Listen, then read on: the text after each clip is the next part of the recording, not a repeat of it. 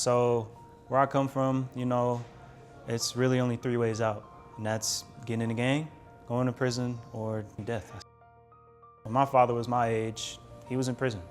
And I take that very, very passionately because I remind myself that I'm gonna be better than my mother. I'm gonna be better than my father.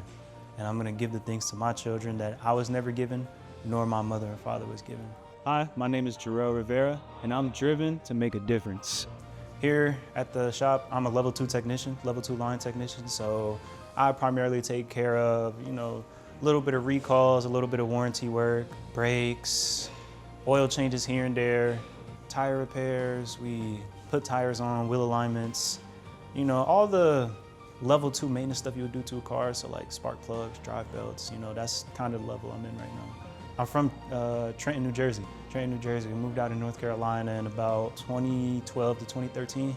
Moved out here and been out here ever since. My position right now as the eldest child out of 3 brothers is to lead by example and show them, hey, this is how things are gonna work, this is how we're gonna do things. Follow behind me and we're gonna be all right. So the first day of scale orientation, Jarell came up to me and said, Mr. Rod, I want to break the chains of generational poverty and create generational wealth in my family.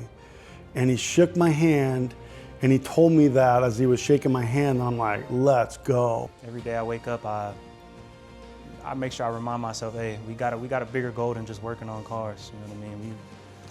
We trying to stop a whole cycle for our family, for my family. It was just something that was contagious. It was something that created energy, and it was just the beginning. You know, the first week, Jarell crushed it. He was there every day, motivated, you know, just really leaning in on things, and, you know, really excited myself and Chris and the team. And then after a couple weeks, he was no longer here. And so we realized, whoa, what's going on with Jarell? I'm like, Chris, call Jarell's counselor and figure out why is he not coming to class. And so we learned that he was paying for Ubers to get to class back and forth every single day. And it was a lot. I mean, that was a lot. And so, you know, Miss Kennedy told us that. And so we were like, we got to find a solution. Under the Mecklenburg County Sheriff, Sergeant Farrar Gordon, she, you know, we had done some work with them and they're doing a lot of community engagement, working with youth throughout Charlotte. And I said, Sergeant Farrar Gordon, is there any way in one of your cool wrapped vehicles you could pick up 2 students from IMEC and bring them to our class each day? And she's like, let me check. Rod reached out because there were some students that were in need of transportation.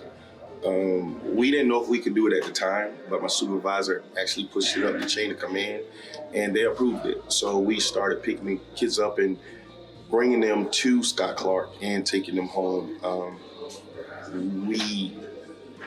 Jarell was one of the kids that we transported, and I think he came like 2 or 3 times that week, and he was going through some things in life, and he didn't know if this was the path he wanted to take. But we continue to just have conversations with him and tell him that just give it a chance and it'll work out for the greater good. I think their school was maybe 30 minutes or so from here.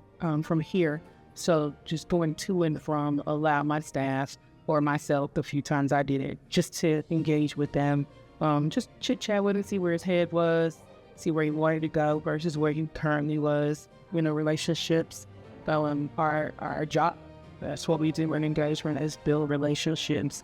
And when they're genuine, they're not hard. Soon after we graduated, I was going to the shop and be a mechanic. And a couple years later, here I am.